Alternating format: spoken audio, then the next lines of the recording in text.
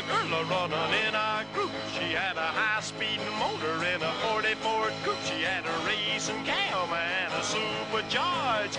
Look at Buddy, hot rod at large. She's a hot rod. She's a hot rod. She's my hot rod. AM 1420 WIMS, Talk of the South Shore. The other guy that we got to get up on the roof is Big George. Welcome to the show, baby. What's going on, Rick?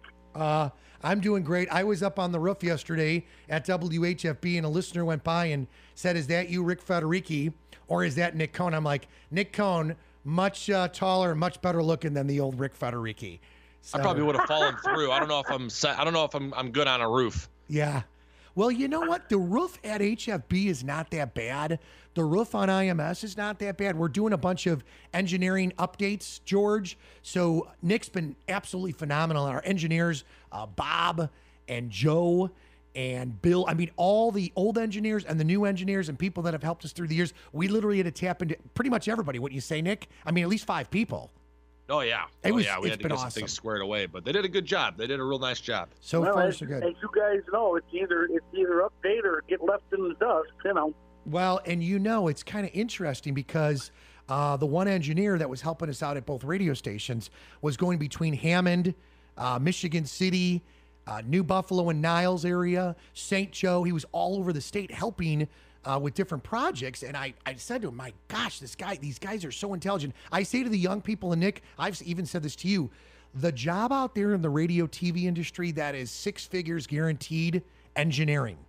I know it's not the on-air side, but engineering, you will make 6 figures. That's just that straight out, because it's a dying breed right now. It really is.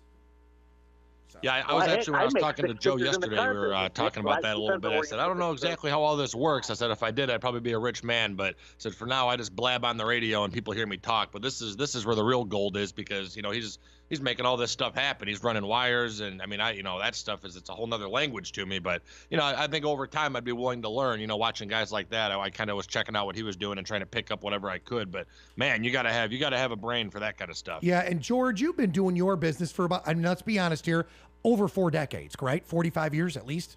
Yep. Yeah.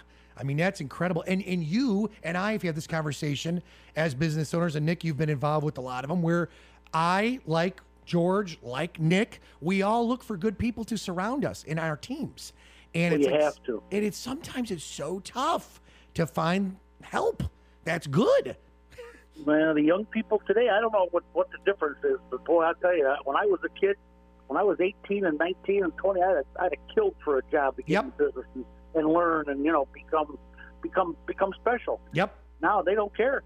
How old were you guys when you got your first job? We were talking about this amongst some friends the other day, and I was interested to hear like kind of the spread of results. How old were you guys when you had your first legit, had to be at a business and do something kind of job, not like mowing the grass or whatever? But George, go for it. I was 12. Yeah. And I stocked shelves in a grocery store. Mm-hmm. And I would say, to be honest with you, and I'm just being completely blunt, when I was growing up in a family of 6, middle-class family, you know, went to Catholic school, but we, you know, in our family, we were a middle-class family. So if we wanted anything other than providing the food and what was on the table and our clothes and a great education, and the good Lord, of course, first and foremost, we had to work for it. So I was with my brothers. We mowed lawns as young kids, like lawns, did shoveling in the winter. We always had something going. We didn't get an allowance because, you know, it's here and there, but every once in a while, you know, you get something. Now, that goes back to an era where, you know, I was born in 66. So you're talking early 70s. But so I worked as a young kid for years and years and years in the neighborhood. When I was in 8th grade, at that point, I'd worked a lot, saved a lot of money already. I knew I wanted to go to college, and I started working at a local family restaurant. Not mine, but a local family. And I started out there in 8th grade. I took that 8th grade, all 4 years of high school, all 4 years of college, a year out of college, even while I was doing radio, TV, DJing nonstop, which I do to this day at 50, nonstop, booked 2 years in advance. And that is the way I was brought up. If you want something, son, go get it. So, absolutely. You can go get it. You just got to go get it. Right. So to answer your question, I love life. I mean, I don't know how people out there, I get so frustrated with people that are so lazy. people that are out there that collect off the government. Now, granted, there are people that are sick and there are people that are, need it. I get that. I really do. People that are less fortunate, we'll say. Those people, rock on. I'll help you all the time. But there's some just scumbag losers out there that take advantage of the system that have for years. And, whether it's the freebies, whether it's, and I don't even want to go on. It's a whole tangent. But across America we go. So it scares me as a guy of 50 with daughters that are in their, 20s basically, and working for themselves, putting themselves through school. And, we help a little bit here and there. But I shake my head because it's crazy, crazy, crazy to see, what is going on with that. I mean, George, I don't know your feeling. It's crazy. I worked 4 years of high school at Dog and Suds Drive-In. I was a hamburger cook, Nick. I think my first gig, I was 15. I was a pearl diver. Wow. And where was that at? Oh, dishwasher, I was just going to say, where did you work at an amusement park? Hey, you guys, hold on one second, because we've got the Star VIP hotline this hour brought to you by T-Berries in LaPorte. Don't you guys go anywhere. George, hang on for a second. Let's see who's on this Star VIP hotline. Good morning. You're on WIMS and simulcasting on WHFB. Who is this? Welcome to the show. Hey, this is David Thornberry. Look at this. T-Berries right here. George, hang on for a second. Nick, I want to introduce you. Now, you are on not one radio station. You are simulcasting up the coast from basically Kalamazoo into St. Joe, into New Buffalo, all along Northwest Indiana, blowing straight over the lake into Chicago. Talk to me. How are you today? I'm doing great, but with all this coverage, I'm a little nervous now. No, come on. Coast to coast. That's right. I just want to let you know we so appreciate what you do for the area. You and I had chatted. You're obviously a partner of WIMS and WHFB. I want to start and talk about your business in beautiful downtown LaPorte, because folks coming to the area, you got to go to T-Berries. They're right on Lincoln Way. It's the main drag. Talk about your place for a moment with Rick and Nick and George. Go for it. Well, we've been open just over 3 years now, and we've certainly made a lot of friends in this town. We have the best smash burgers in the county, and we've actually been voted best flat top burger in the county of LaPorte and one of the top 12 in the state of Indiana. That's within the first 3 years. So that just shows how hard that me and my brother work there. We're there every single day, making sure the food goes out great. We have fantastic Italian beefs. We actually cook it and slice it ourselves. Same things with the corned beef Reubens. All the sauces are homemade, and it's something that we love. I mean, we actually put our passion into this. All right, hold that thought there 1 second, David. George, I want to let you know, I think this is the guy. He's the owner, him and his bro. I think we need to do a big George the Carguy show right outside of his place. What do you think? If there's hamburgers involved, Rick, I'm in. All right, so David, what do you think about that? Boy, if I got a hamburger for you. Seriously. I'm telling you, it sounds like you got one with my name on it. Yeah, absolutely. And Nick, I wanted to throw this out there to you. You know how I talk about great places to eat locally between Northwest Indiana, Southwest Michigan, and Chicago. You and I, George, our crews here at WIMS and WHFB, we love supporting our local partners. Can you give us your hours, please, if you wouldn't mind, David? Yeah, we're open 10:30 to 9 o'clock every night, except for Sunday. We're open from 10:30 till 4. Very, very cool. And I want folks to support you when you're down there, because you guys do such a great job. Tell Nick, myself, and George, please, if you wouldn't mind.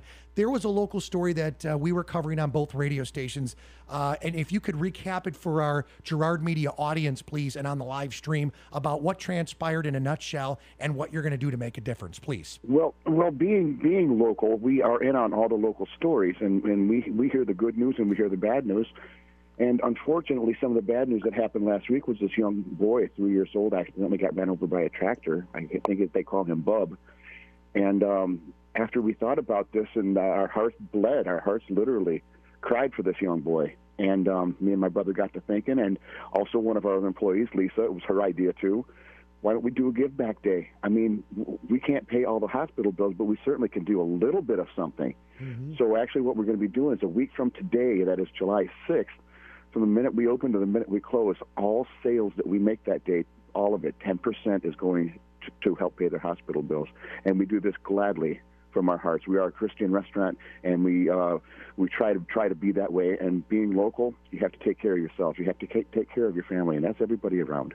God bless you for that. Please let us know the address, please. Sure. Again? The address is 501 Lincoln Way. It's right on the corner of Lincoln Way and Jackson Street, downtown LaPorte. Okay, now, Nick, I want to throw this out there to you. Get ready, Nick. George, hang on for 1 second.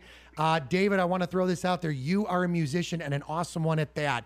Nick does a local music showcase. We have a local music showcase. You've been on with Tony Ortega. Absolutely. And, we have featured you through the years as well. Talk about your new disc, because Nick and I would love to offer you a simulcast of when we debut this disc coming up in a few weeks. Talk about it, please. That sounds great. What happened? Well, about 7 years ago, nobody knows this, but my close friends, I'm type 2 diabetic and an ex-alcoholic. And one day, diabetes and whiskey doesn't work well together, and I almost died from it. Well, when I was aroused by the 4 o'clock in the morning, I gave my heart to God, and I've become a Christian ever since. And since then, my life has been wonderful. Since then, I've been writing Christian music. And pretty good stuff, a lot of better stuff than I wrote down in Nashville. I was down in Nashville for 11 years. Anyway, this is the second CD that I have, and it's called WIMS of the Rising Storm. And I'm very, very proud of it. It was professionally produced and mixed in Valparaiso with my good friend J.P. Parker. And we're very proud of this album. We're going to Nashville with it, and we've got some people that are interested in listening to it. So that's about it in a nutshell. All right, Nick, Awesome. Nick, we're gonna have him on the air to debut the whole disc, okay?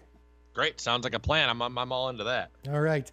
Listen, anything we could do for you, let us know. And please throw out your number, David, with the area code and the phone number. Again, your hours and where you guys are located, please. Okay, hours are 10:30 a.m. till 9 p.m., except on Sundays, which is 10:30 until 4 p.m.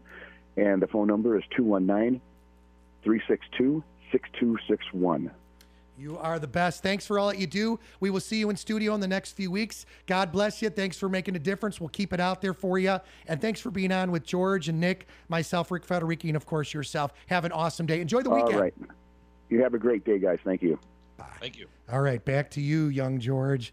So isn't that cool, you guys, that he's helping make a difference? Isn't that awesome? That's a great story. Yeah, it really is. And you look at that, George, he's got a real cool place. We just did that recent car show during the Maple City Grand Prix, as you know, and you are big George the Carguy. What do you got coming up on WHFB and WIMS? This show this week is a big one. This you don't want to miss this one. We're going to be, matter of fact, today we're going out to the Blue Top to celebrate. As one of our sponsors, we're going out to the Blue Top Drive-In because WGN TV is going to be there filming Chicago's Finest, an episode of Chicago's Finest. Beautiful.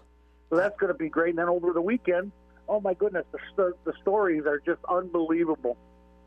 Just the whole Takata thing. Mm-hmm. I told everybody 4 years ago when this whole thing came down, guess what? Takata's going to screw us around and mess us around, and we're going to end up paying for it. And sure enough, it sure looks like that's what's going to happen.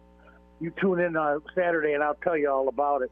You are the man. There's only 3 cars that have been made the most American car list. In other words, the car with the most American parts. Nice. And Rick, you're driving one.